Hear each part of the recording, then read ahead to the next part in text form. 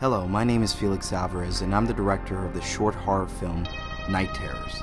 I wanted to do something like a modern silent film and blend it with grindhouse themes and 80s slasher cheese. I wanted to experiment with a lot of digital effects. I wrote a very ambitious script, drew some storyboards, and did some quick tests with my producer. All this helped to sell the idea to the actors. Here's the two lead actors, Crystal and Izzy, blocking the scene together while I shoot, getting references and figuring out what shots I'm going to use while they figure out their characters.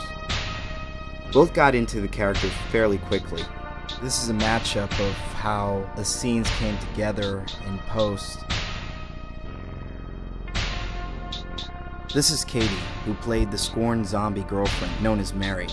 I had makeup applied to her face as reference, then later I painted her face in Photoshop. The maggots were stock footage that I found and tracked along her face.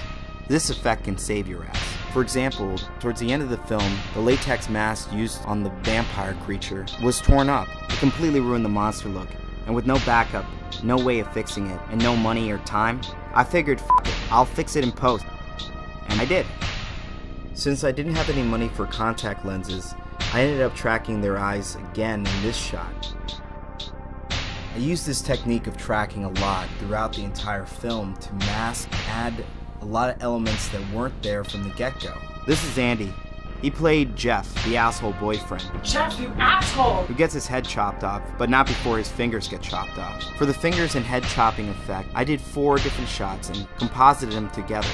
The head, hand, neck, and machete were all photoshopped and later animated in After Effects.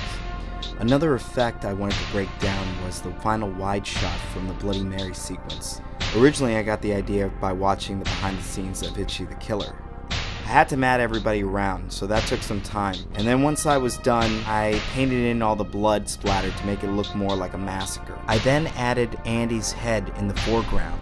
Now I add color correction and the grindhouse look, and there you go.